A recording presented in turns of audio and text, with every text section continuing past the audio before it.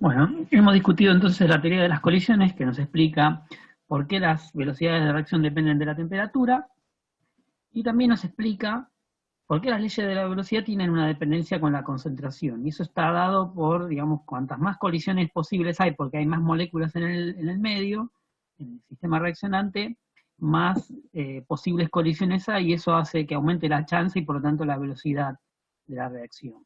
Pero la teoría de las colisiones no dice nada de por qué hay una energía de activación y tampoco dice nada de qué está ocurriendo a medida que uno remonta una barrera de energía potencial como la que venimos describiendo hasta ahora. Entonces, yo algo había anticipado de que cuando dos especies colisionan, había una repulsión interelectrónica que ocurre en el corto alcance, digamos, a distancias del orden del diámetro molecular, y que es lo que causa un aumento de la energía potencial del sistema. Entonces, vamos a ver un poco esa parte del proceso en un poco más de detalle, y eso es lo que se conoce como es el modelo de la teoría del complejo activado o teoría del estado de transición. Para eso vamos a ver esta lámina y vamos a hacerlo con un ejemplo. Acá tengo la reacción del bromuro de metilo con un ion hidroxo que producen un ion bromuro más metanol. O sea, es un intercambio del bromuro por un hidroxo. ¿Está bien? Esa reacción química ocurre, y vamos a imaginarnos que tenemos la colisión entre un ion hidroxo y la molécula del bromuro de metilo, y que vemos eso en cámara lenta, a medida que estas dos especies se acercan, perdón, y colisionan.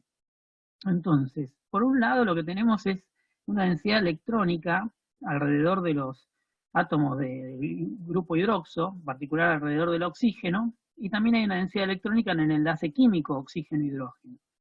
Análogamente, acá tengo tres enlaces carbono-hidrógeno que tienen una cierta densidad electrónica ahí entre el carbono y el hidrógeno. Por lo tanto, si este grupo hidroxo se aproxima al, a esta molécula de bromuro de metilo en esta dirección, la dirección, digamos, de este eje, digamos, de carbono-bromo, estos tres enlaces, carbono y hidrógeno, están dirigidos hacia el grupo hidroxo. Por lo tanto, a medida que estas dos especies se acercan, lo que va a ocurrir es una repulsión entre estos pares de electrones que están formando las uniones químicas entre los carbonos entre el carbono y los hidrógenos y el grupo hidroxo. Entonces, eso va a hacer que estos enlaces, que en principio están formando una geometría tetraédrica acá con ángulos cercanos a 109 grados, se va a ir distorsionando por repulsión misma, por la misma repulsión que hay con los electrones del grupo hidroxo. Eso va a desplazar estos tres hidrógenos, se los va a alejar del grupo hidroxo y tiene dos consecuencias. Por un lado, disminuye un poco la repulsión que hay entre el grupo hidroxo y el bromuro de metilo. Relaja un poco esa situación de este lado. Pero por el otro lado, aumenta la repulsión electrónica entre estos tres enlaces químicos, carbono-hidrógeno, y la densidad electrónica alrededor del bromuro. Por lo tanto, el bromuro va a empezar a alejarse para tratar de disminuir la energía debido a esa repulsión.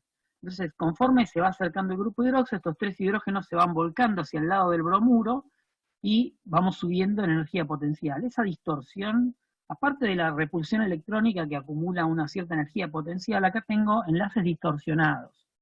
Y a medida que voy subiendo la barrera, esto va consumiendo la energía cinética que tenía en estas dos especies que colisionaban y se va convirtiendo se va acumulando en energía potencial en todas esas tensiones que se van generando acá. Y llegamos a este punto en el máximo de la barrera, en donde estos tres átomos de hidrógeno se han movido, se han desplazado y han quedado en un mismo plano con el átomo de carbono. O sea, estos cuatro átomos ahora están coplanares.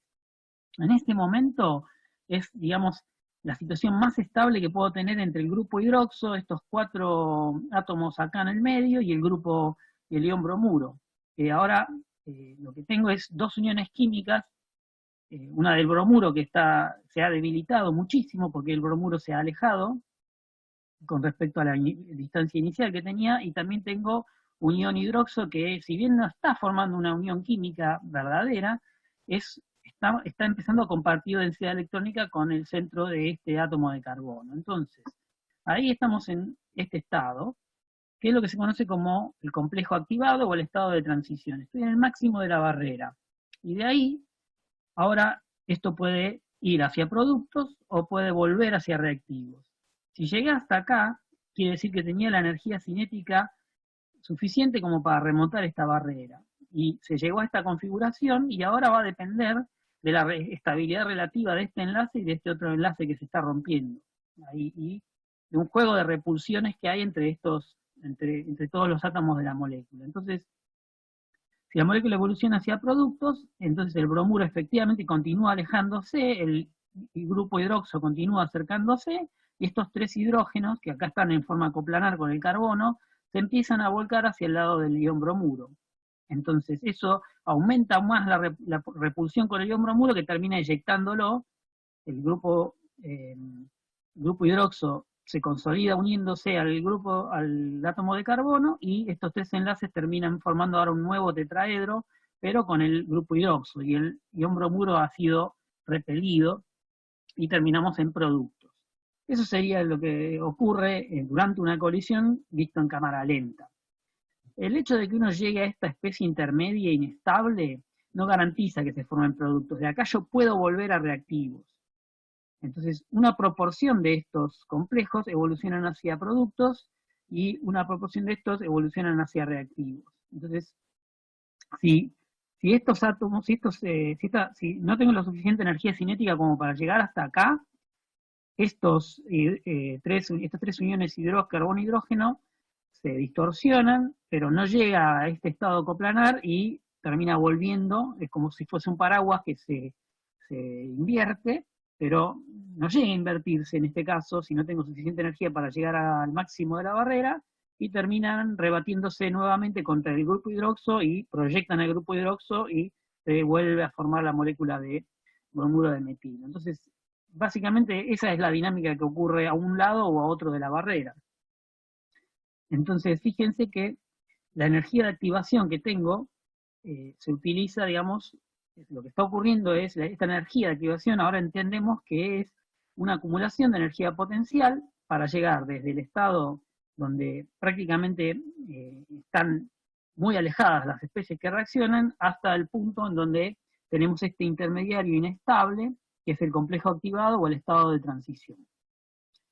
Entonces, lo que queda por responder ahora es esta coordenada de reacción, que acá figura, y ya la hemos puesto en algunos gráficos, pero no hablamos de esto. Entonces, ¿qué significado tiene la coordenada de reacción? Uno puede imaginarse este perfil de reacción, este perfil de energía potencial, como una ruta que conecta los reactivos con los productos.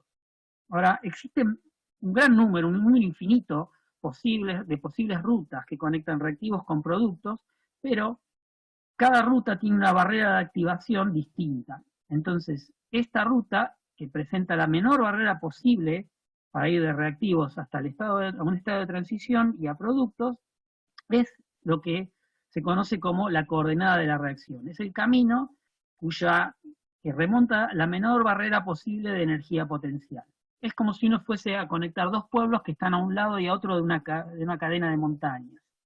Entonces, si esto es un pueblo y este es otro, uno puede ir de un pueblo al otro cruzando por la cima de las montañas o por algún paso de altura intermedia entre picos de las montañas. Y ese sería un camino de menor energía o de menor costo energético que ir a través de la cumbre. Por lo tanto, esta barrera representa eso, representa la barrera, digamos, el camino que requiere el menor costo energético para ir de reactivos a productos. Eso sería el significado de la coordenada de reacción. Entonces ahora les pongo en texto, lo que resumo acá es simplemente lo que hablamos en forma gráfica, de qué es la teoría del complejo activado, que describe una configuración del estado inestable, del estado metaestable que se forma intermediariamente entre reactivos y productos y que está en la cima de la barrera de activación. Fíjense acá en esta gráfica, acá arriba de esto no lo describimos, pero bueno, acá lo que tenemos es una especie de secuencia, como si fueran los cuadros de una película. Acá tenemos el bromuro de metilo que está por colisionar con un grupo hidroxo, y en el momento en que se empieza a acercar el grupo hidroxo, se empieza a a formar una interacción electrónica tenue entre el bromuro de metilo y el grupo hidroxo, y al mismo tiempo se empieza a debilitar la unión química entre el carbono y el bromo. Entonces, conforme se acerca el grupo hidroxo, el ion bromuro se aleja, y en el estado de transición tenemos estos 3 átomos de hidrógeno en forma coplanar con el átomo de carbono, y estamos en una situación en la cual podemos volver hacia esta especie de reactivos o evolucionar a productos. Si el sistema evoluciona a productos, estos 3 átomos de hidrógeno se rebaten hacia el lado donde está el bromuro es eyectado y el hidroxo consolida su unión química con el carbono y terminamos teniendo metanol y un bromuro. Y la reacción evoluciona hacia productos. Entonces, acá tenemos un resumen de la teoría del complejo activado, acá tenemos un resumen en texto de qué significado tiene la coordenada de reacción, que lo acabo de explicar. Bueno, habiendo discutido estas ideas, vamos a pasar a la última lámina, y acá tenemos algo que hasta ahora no le hemos prestado atención, pero que es importante, que es, cuando tenemos estos perfiles de energía potencial en función de la coordenada de reacción, podemos distinguir 2 casos. En un caso, los reactivos están a mayor energía que los productos, y estas reacciones proceden con liberación de energía, en general podemos hablar de liberación de calor, y hay reacciones químicas en las cuales los reactivos están a menor energía que los productos, y por lo tanto estas reacciones transcurren tomando energía, uno le tiene que entregar energía para que la reacción ocurra. Entonces, por un lado, uno lo que tiene es que las reacciones que son las que liberan energía, como el primer caso, donde los reactivos están a mayor energía que los productos, se conocen como reacciones exotérmicas. Y las reacciones químicas que tienen los reactivos a menor energía que los productos transcurren absorbiendo energía y se conocen como reacciones endotérmicas. Un ejemplo de una reacción exotérmica sería la combustión del carbón, en presencia de oxígeno, para formar dióxido de carbono. Y un ejemplo de una reacción endotérmica sería la formación de monóxido de nitrógeno a partir de nitrógeno y oxígeno gaseoso. Es como una combustión del nitrógeno y un oxígeno. Esta es energéticamente desfavorable, uno tiene que entregar energía para que ocurra. Fíjense que por un lado uno tiene que la reacción endotérmica, al menos, si yo quiero ir de reactivos a productos, al menos voy a tener una energía de activación que por lo menos va a ser igual a la diferencia de energía entre reactivos y productos. Pero por otro lado, la reacción inversa tiene una energía de activación que va a ser menor. También menor que la reacción de ida, la reacción directa. Entonces, acá tenemos una relación entre las energías de activación de la reacción directa e inversa. Acá se ve que la energía de activación de la reacción directa para una reacción endotérmica va a ser la energía de activación de la reacción inversa más esta diferencia de energía entre reactivos y productos. Y análogamente, en el caso de una reacción exotérmica, uno tiene que, al estar los reactivos a mayor energía que los productos, la energía de activación de la reacción directa es menor que la energía de activación de la reacción inversa. En este caso se libera energía, y la suma de las energías de activación de la reacción directa y esta diferencia de energía entre reactivos y productos tiene que ser igual a la energía de activación de la reacción inversa. Esto es un detalle que, bueno, creo que quizás alguno de ustedes se pregunta si hay alguna connotación de esto, y bueno, y sí la tiene, y esto lo van a ver con más detalles cuando vean la unidad de termodinámica y de equilibrio químico, donde cuando hay una diferencia de energía entre reactivos y productos, si uno aumenta la temperatura, en ese caso va a ver que energéticamente no le conviene eso, a pesar de que aumentando la temperatura uno hace la reacción más rápida. Bueno, hay una cuestión energética que también le van a tener que prestar atención, y eso lo vamos a dejar para cuando veamos la unidad de termodinámica y la parte de equilibrio químico. Bueno, esto concluye la parte 3 de la unidad 4 de cinética química. Vamos a continuar en otro video. Hasta entonces.